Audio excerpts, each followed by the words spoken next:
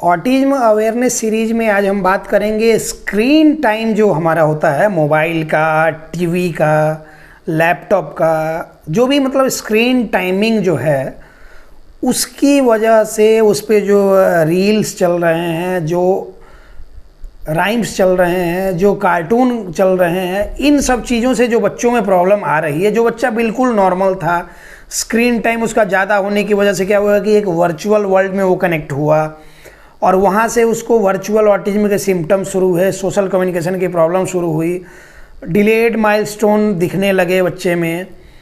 तो ये सारी चीज़ें जो स्क्रीन की वजह से प्रॉब्लम होती है, इसको हम हमेशा बोलते हैं कि स्क्रीन टाइम इसीलिए रिड्यूस कीजिए कि ये जो प्रॉब्लम हो गई ये फर्दर और कॉम्प्लिकेटेड ना हो, बच्चे को और प्रॉब्लम ना बढ़े। इसके लिए हम कहते हैं कि स्क्रीन टाइम बच्चे का कम कीजिए।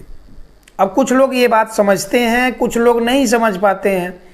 कहते हैं कि दिन में थोड़ी देर दिखा लेंगे। कितनी बार दिखाना चाहिए, कितनी बार दिखा सकते हैं, इसके लिए कोई भी रूल रेगुलेशन नहीं बना है, इसके लिए कोई डायरेक्टरी नहीं बनी है, इसके लिए कोई एक प्रोविज़न नहीं बना हुआ है कि आप इतना देर दिखा सकते हैं, उतना देर दिखा सकते हैं। कुछ भी नहीं करना। स्क्रीन टाइम कम कीजिए, मतलब कम कीजिए। इससे क्या क्या नुकसान हो सकता है हम आपको बताएंगे, आज अपने ही बारे में बताएंगे। ये जो हम वीडियो बना रहे हैं, यहाँ पे सामने से एक लाइट लगा हुआ है, एक साइड में लाइट लगा हुआ है और एक सामने ऊपर में बल्ब है।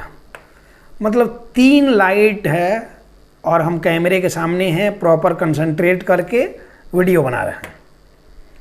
3 तरफ से लाइट है, एक स्क्रीन पे देखना कंटिन्यूसली, आँख पे कितना जोर पड़ता होगा। स्क्रीन पे हम भी देख रहे हैं तो स्क्रीन टाइम होने की वजह से आँख पे जोर पड़ता है।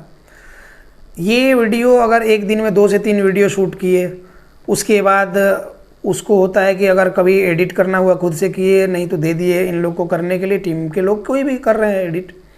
अगर एडिटिंग भी किए या फिर दिन में कुछ फेसबुक, इंस्टा, व्हाट्सएप और यूट्यूब वगैरह चला लिए, तो स्क्रीन टाइम दिन में मिला के 7-8 घंटे, 10 घंटे का जो टाइम हमारे पास होता है, तो 6-7 घंटे उसमें स्क्रीन टाइम हमारा होता है दिन का। अब ये स्क्रीन टाइम हुआ। इसके अलावा जब हम ऑनलाइन सेशन लेते हैं तो जनरली लैपटॉप से लेते हैं और चश्मा पहनने की आदत है नहीं। चश्मा कभी कभार पहनते भी हैं तो इतना वो भारी लगने लगता है कि चश्मा नहीं पहनते हैं, निकाल के रख देते हैं। इतना स्क्रीन टाइम दिन में 6-7 घंटे, 8 घंटे स्क्रीन टाइम होने की वजह से डेली 5-6 सेशन रहता है ऑनलाइन का। उसके अलावा ये वीडियो बनाना, ये सारी चीज़ें करना, तो ये इतना स्क्रीन टाइम रहने की वजह से क्या होता है कि कुछ दिनों से मेरे आँख में दर्द होने लगा था और हेडेक होने लगा था। तो हम चूँकि अपनी फीलिंग्स को समझ सकते हैं, इसको एक्सप्लेन कर सकते हैं, एक्सप्रेस कर सकते हैं अपनी फीलिंग्स को, हम बता सकते हैं किसी को कि हमको कुछ प्रॉब्लम है, तो इसलिए अभी स्क्रीन टाइम कम कर रहे हैं, या फिर क्लिनिक पे हम अभी नहीं ज़्यादा देर रह पाएंगे, पेशेंट थोड़ा कम देखेंगे, कहीं और अननेसेसरी अगर ये हो काम हो तो उसमें नहीं जाएंगे। लगे कि अगर मेरे नहीं जाने से वो काम चल सकता है तो उसमें नहीं जाएंगे, उस टाइम में हम रेस्ट करेंगे। तो पिछले 4-5 दिन में मेरे साथ ऐसा हुआ है कि 4-5 दिन से पूरी तरह से हेडेक होना, आँख दर्द करना, आँख से पानी आना, कंटिन्यूसली ये चल रहा था। इसकी वजह से मूड स्विंग भी हो रहा था। कोई भी कुछ भी बोलता था तो गुस्सा आता था, चिड़चिड़ापन आ गया, वीकनेस सी लग रही थी, पूरा ये लग रहा था, मतलब अजीब सा लग रहा था। दिन भर सोए रहना, सोए भी रह रहे हैं तो दिमाग में कुछ कुछ चीज़ें चल रही है, ऐसे ही चल रही है, मतलब कि वो साउंड स्लीप नहीं हो रहा। तो क्या हमारा सर्कैडियन रिदम बिगड़ा, बायोलॉजिकल क्लॉक डिस्टर्ब हुआ, ये सारी चीज़ों की वजह से। क्योंकि जनरली वीडियो रात में ही समय मिलता है तो रात में बनाया जाता है, उसकी वजह से अब रात में जब स्क्रीन टाइम हमारा ज़्यादा रहेगा तो हमारे आँख पे जो ये होगा रेटिना, वो सुप्रा काइस्मेटिक न्यूक्लियस को मैसेज यही देगा कि अभी दिन है, मतलब नींद नहीं आनी चाहिए, इसलिए क्या होगा, नींद डिस्टर्ब हो रही। तो 4-5 दिन का ब्रेक लिया मैंने, ज़्यादातर सोए, रिलैक्स किए। फिर एक दिन क्या हुआ कि नहीं, जब ये हो रहा था, इन सारे कामों से मन ये हो गया था, खिन्न हो गया था, मन उब गया था, तो यहाँ गंगा किनारे जाके 2-2.5 घंटे 3 घंटे अकेले बैठे रहे। उसके बाद थोड़ी एनर्जी अपने में आई, तो उसके बाद से फिर से वैसे ही काम कर रहे हैं जैसे पहले कर रहे थे। तो ये सारी चीज़ें बताने के पीछे मकसद ये है कि हम एक यंग एडल्ट हैं और हेल्दी हैं, फिट हैं। हम अभी भी अगर चाहें तो डेली 10 किलोमीटर चल सकते हैं पैदल, हम चलते भी हैं। अभी तो गर्मी का समय है तो बहुत कम चलते हैं, लेकिन पैदल चलना हो, जितना मौका मिल जाए पैदल चल लेते हैं। तो पूरी तरह से हेल्दी हैं, पूरी तरह से फिट हैं, फिर भी ये स्क्रीन टाइम ज़्यादा होने की वजह से हमको ये प्रॉब्लम हुई और पूरी तरह से वीकनेस आने लगी, दिमाग चिड़चिड़ापन आने लगा, मूड स्विंग होने लगा, कभी अचानक से खुश हैं, कभी अचानक से इमोशनल हो गए, कभी अचानक से मन करता है सब छोड़ दें।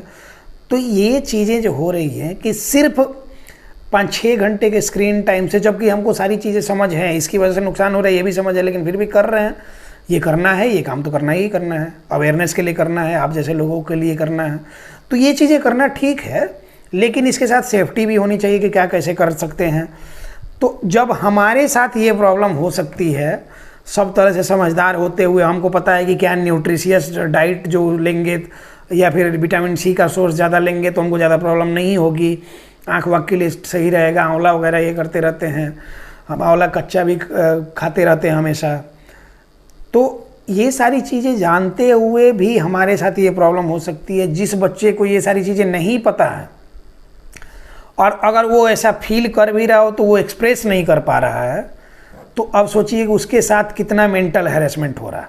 हम तो अपनी बात बता दिए ना, जैसे मेरा ऑर्गेनाइजेशन है, 3 क्लिनिक है मेरा, तो ग्रुप है, ग्रुप में मैसेज कर दिया कि क्या है कि आज हम क्लिनिक नहीं आ पाएंगे, आज तबीयत ठीक नहीं लग रही है, आज हम सोएंगे।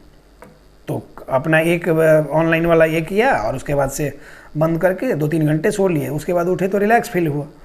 तो ये तो हम कर लिए। उस बच्चे को किसी दिन अगर वैसा लग रहा हो तो वो किससे कहेगा कि आज हमको मूड नहीं है, आज हमको ऑफिस नहीं जाना, आज हमको काम नहीं करना, स्कूल नहीं जाना, आज हमको सोने दो, या फिर जो वो बस कभी अगर वैसा फील कर रहा है तो चिड़चिड़ापन उसमें होगा, वो गुस्सा आएगा, किसी को नोचेगा, काटेगा, आपको लगेगा पता नहीं क्यों इरिटेट हो गया। अभी कल ही कानपुर से एक आई थी अपने बच्चे को लेके, तो उन्होंने कल फ़ोन किया था कि सर क्या है कि इधर 2-3 दिन से बच्चा बिल्कुल सो ही नहीं रहा, बहुत इरिटेट हो रहा है, कुछ भी अब नहीं कर रहा है, अपने मन का ये चला रहा है, जो मन कर रहा है खा रहा है, जो नहीं मन कर रहा है फेंक दे रहा है, नोच ले रहा है, काट ले रहा है। घर में सब लोग हमको ये कर रहे हैं कि क्या कर रही हो, नहीं कर रही हो, बच्चा ऐसे ही ठीक हो जाएगा। तो अब आपको उसके पीछे का रीज़न नहीं पता ना कि क्यों बच्चा इरिटेटेड है। हो सकता है स्क्रीन टाइम की वजह से इरिटेटेड हो, वो एक्सप्रेस कर नहीं पा रहा है, तो ये समझना आपका काम है।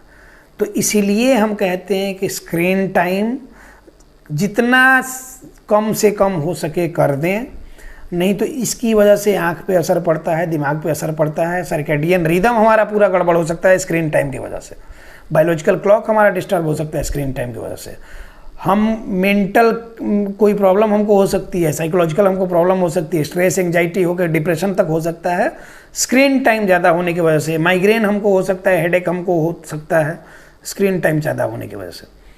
तो जितने लोग ये वीडियो देख रहे हैं, ये आप सबके लिए ज़रूरी है ये समझना, स्क्रीन टाइम जितना कम से कम कर सकें करें। बच्चे लोगों को इससे बिल्कुल दूर रखें, ज़रूरी काम है तो स्क्रीन देखें, नहीं तो बिल्कुल नहीं देखें। तो उम्मीद करते हैं कि आपको समझ में आ गई होगी बात कि स्क्रीन टाइम से कितना असर पड़ता है बच्चों पे, और बच्चे ऑटिज्म की तरफ बढ़ सकते हैं सिर्फ स्क्रीन टाइम की वजह से। तो हर एक पेरेंट्स का ये फ़र्ज है इस बात को समझना और अपने बच्चे में ध्यान देना कि कहीं उसका स्क्रीन टाइम आप ज़्यादा तो नहीं कर रहे हैं दुलार के चक्कर में। तो इन्हीं सब बातों के साथ ये टॉपिक क्लोज करते हैं, मिलते हैं किसी नेक्स्ट टॉपिक में। धन्यवाद।